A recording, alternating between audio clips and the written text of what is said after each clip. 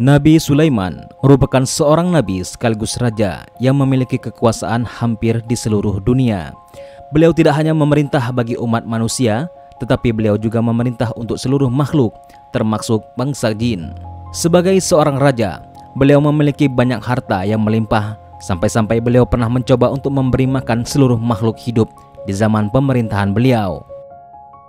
Sebuah literatur mengatakan bahwa kekayaan Nabi Sulaiman mencapai 32 juta triliun, sehingga nilai tersebut bisa dikatakan sebagai nominal uang yang cukup fantastis karena jauh mengalahkan orang terkaya di dunia pada zaman ini, yaitu Elon Musk dengan total kekayaan sekitar 3.570 triliun. Sebagian sumber kekayaan dari Nabi Sulaiman dikatakan berasal dari tambang tembaga yang dimilikinya, dan ternyata tambang tersebut telah ditemukan oleh orang-orang Israel. Para arkeolog mulai menggali sebuah situs kuno pada tahun The research includes other fields of study. Some even deal with global warming. For the biologists, research this fascinating site, which may shed light not only on copper production, but also on the history of the Holy Land.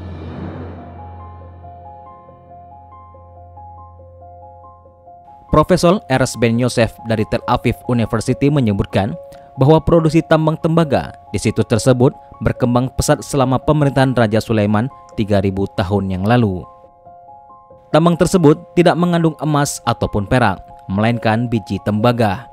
Sejumlah bukti tersebar di seluruh lokasi yang menunjukkan keberadaan produksi tembaga secara massal di masa lalu, dan mereka mengklaim telah menemukan sumber kekayaan yang legendaris, yaitu sumber kekayaan Nabi Sulaiman alaihissalam. Zaman itu, tembaga justru menjadi logam yang paling berharga secara ekonomi. Dikatakan bahwa status logam tembaga saat itu mirip dengan minyak bumi saat ini, di mana manusia tidak bisa melakukan apa-apa tanpa minyak bumi. Manusia zaman itu pun tidak bisa melakukan apa-apa tanpa tembaga. Tembaga menjadi titik balik radikal dalam sejarah manusia. Untuk pertama kalinya, orang-orang mengekstrak logam dari batu dan mengubahnya menjadi alat dan senjata. Momen itu digambarkan sebagai lompatan kuantum ketika manusia mulai memproduksi bahan mereka sendiri. Melalui proses peleburan, tembaga dipisahkan dari biji alam di dalam batuan. Biji tembaga harus dipanaskan hingga 1000 derajat Celcius, dan untuk mencapai suhu tersebut, para pekerja harus terus-menerus meniup api melalui pipa. Dibutuhkan berjam-jam untuk mendapatkan tembaga dalam bentuk murni.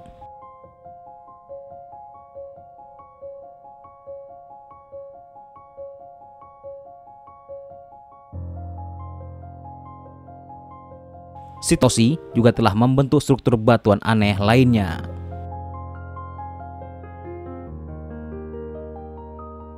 Namun, pada saat ini, tambang tembaga Nabi Sulaiman tidaklah menjadi tambang tembaga terbesar, karena tambang terbesar di dunia saat ini ditempati oleh tambang tembaga Eskodinda.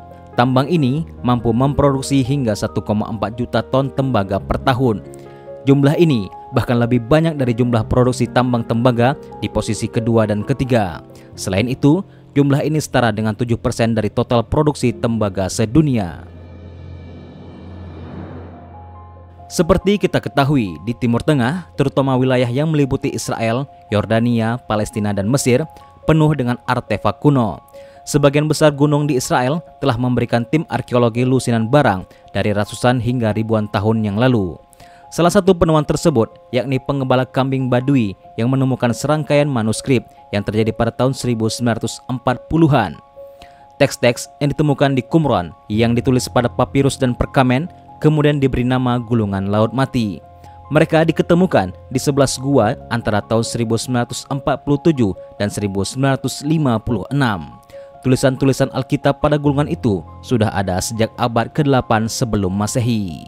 Yang menjadi pertanyaan, apakah tambang Nabi Sulaiman ini masih bisa dieksploitasi untuk menjadi sumber penghasilan orang-orang Israel? Atau tambang ini memang sudah tidak bisa menghasilkan tembaga lagi seperti pada zaman Nabi Sulaiman alaihissalam dulu? Silahkan tinggalkan tanggapan Anda di kolom komentar dan nantikan video-video kami selanjutnya.